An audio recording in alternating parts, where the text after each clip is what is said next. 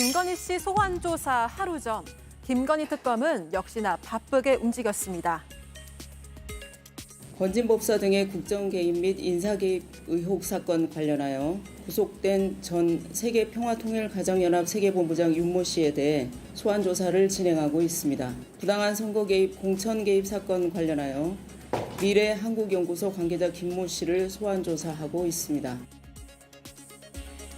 혐의만 16개인 김건희 씨의 소환 조사를 앞둔 상황.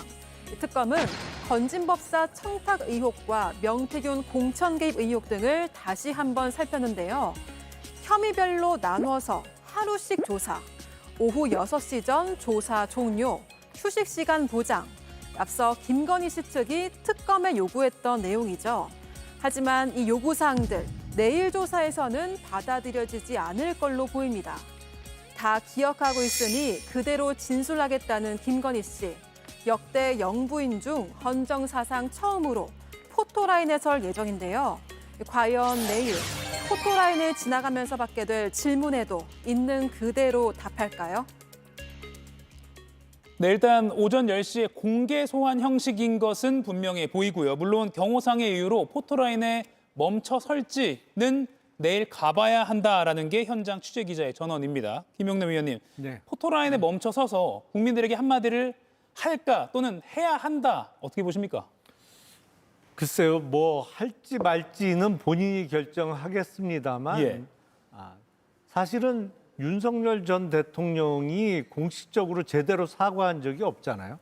그러니까 비상계엄 선포 이후에 제대로 된 사과가 없었기 때문에 부부 중에 한 사람이라도 좀 했으면 좋겠는데 조금 기대하기는 난망한 상황 아닌가 싶고 예. 내일 소환 조사가 이루어지고 나면 바로 내지는 많아야 한 2번 정도 소환 조사가 이루어진 직후에는 특검 쪽에서 구속영장을 청구해야 될 텐데 워낙 사안이 많아서 그게 시간적으로 가능할지 그리고 한두 번 정도의 소환 조사로 혐의 내용에 대해서 뭐 짧게라도 질문을 다 할 수 있을지는 조금 걱정되는 측면이 있습니다. 근데 예.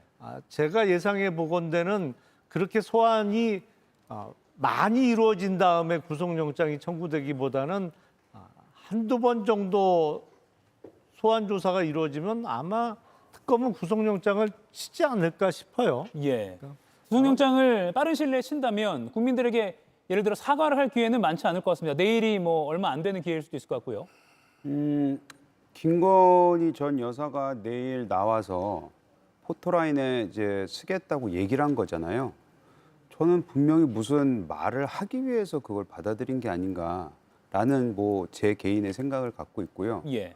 거기서 뭐 수사와 관련해서 뭐 여러 가지 길게 얘기할 것 같지는 않고 아마 방금 말씀하셨던 뭐 사과라는 단어가 나오지 않을까.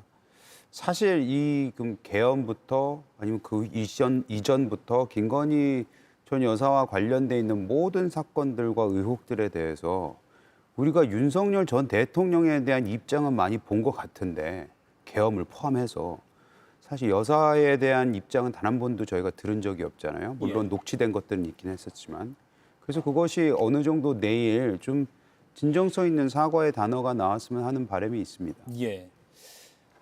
윤 전 대통령은 뭐 많은 분들이 아시다시피 구치소 버티기를 하고 있는데 김건희 씨 측은 일단은 뭐 특검 조사 기억나는 대로 모두 진술할 거다라면서 순순히 조사에 응하는 모양새이긴 합니다. 뭐 어떤 전략적인 판단일까요? 뭐 기억나는 대로 다 진술하겠다라는 것도 뭐 좋습니다만은 그거 말고 저는 사실대로 진술을 해야 된다고 생각합니다.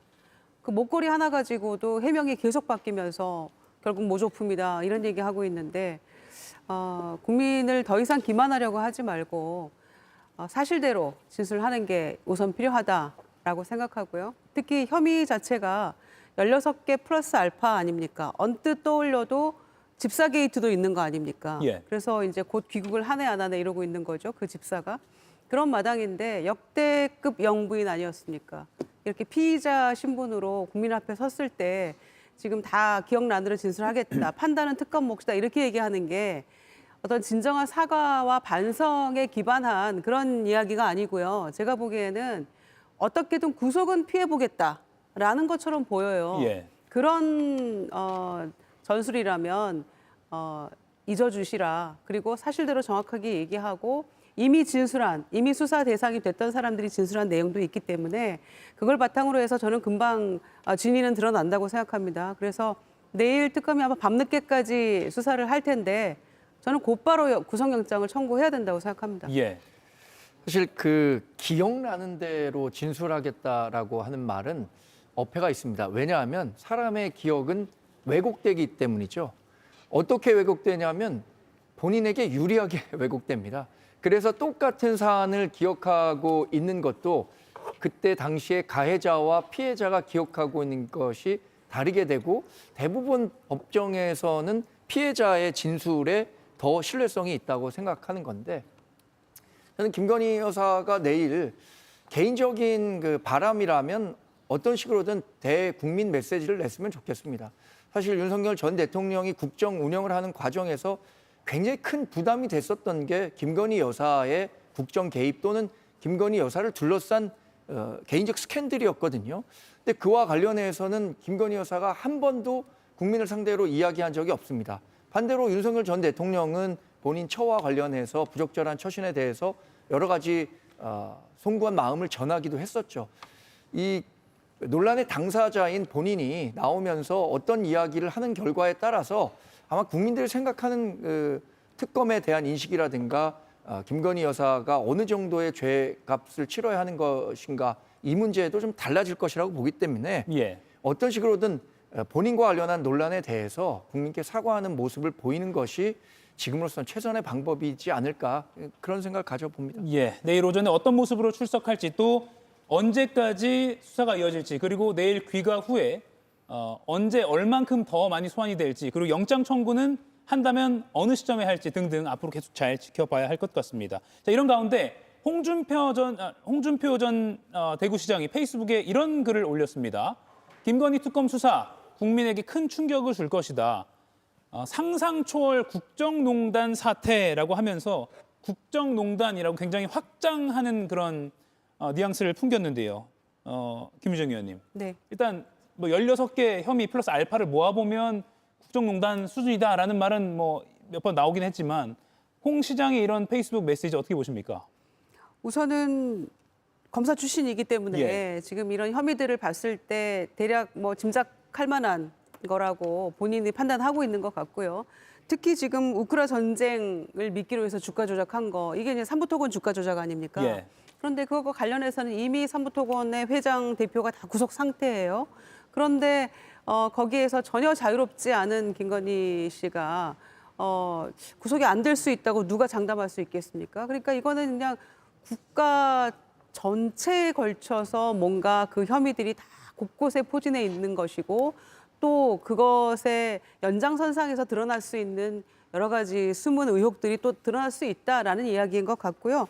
그런 점에서 이것이야말로 뭐 최순실 국정농단 사태 때와는 비교도 할 수 없는 국정농단을 대통령 부인이 그 온갖 의혹과 혐의들을 가지고 있다는 측면에서는 개탄할 만한 일이죠. 그런 점에서는 뭐 상상을 초월한 국정농단 사태다라고 규정하는 게 조금 더 저는 틀림없는 이야기라고 생각합니다. 네. 정광재 의원님, 예. 글 어떻게 보셨습니까? 국정농단. 글쎄 그 김건희 여사가 비화폰을 지급받았다고 하잖아요. 예.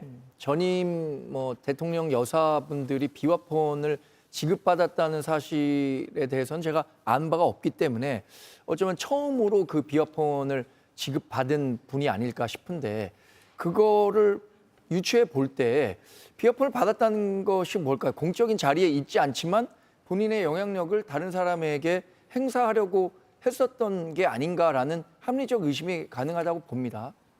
그리고 뭐 대통령 취임 과정에서도 취임식에 윤석열 전 대통령이 취임식에 초청한 사람보다 김건희 여사 측에서 초대한 사람이 더 많았다는 걸 보면 김건희 여사와 관련한 여러 의혹들이 제기되는 것도 일견 당연해 보입니다. 근데 홍준표 전 대구시장이 저렇게 자꾸 얘기할수록 사실 국민의힘도 굉장히 좀 곤궁한 처지에 갈 수밖에 없는데 지금 홍 전 시장은 국민의힘 잘 못 되라고 고사를 지내고 계신 게 아닌가라는 생각이 들 정도로 예. 보수 진영 전체에 대해서 조금 이렇게 비판 강도를 높이고 있는 것 같아서 그런 부분은 좀 아쉽습니다. 예. 자, 그러니까 그럼- 오늘 예. 프로그램 시작하면서 정청래 민주당 대표의 국민의힘 뭐 해산 관련한 뉴스를 들었잖아요.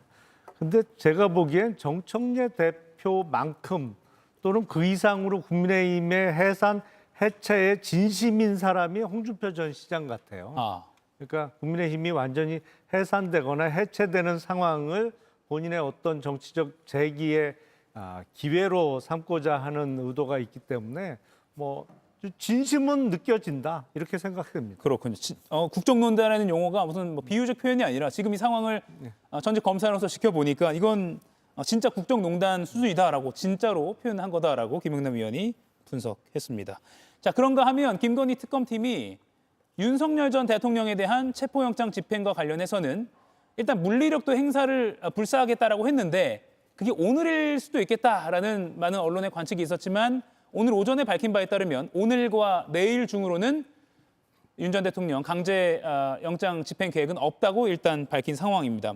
영장 시한은 7일까지이기 때문에 그렇다면 7일 날 행사하는 것인가라는 분석도 나오는데 김유정 의원님, 내일은 그러면 일단 김건희 씨 소환에 집중하겠다 이렇게 봐야 되겠네요. 네, 윤석열 전 대통령을 소환 하겠다고 하는 특검이 지금 김건희 특검에서 지금 체포영장을 청구해서 지난번에 한번 시도를 했고 실패하지 않았습니까? 그런데 예. 이제 정작 내일 당사자인 김건희 씨가 출석을 하는 거기 때문에 또 밤늦게까지 그 조사가 이어질 것이고 물리적으로 조금 어려움이 있을 거라고 생각을 합니다.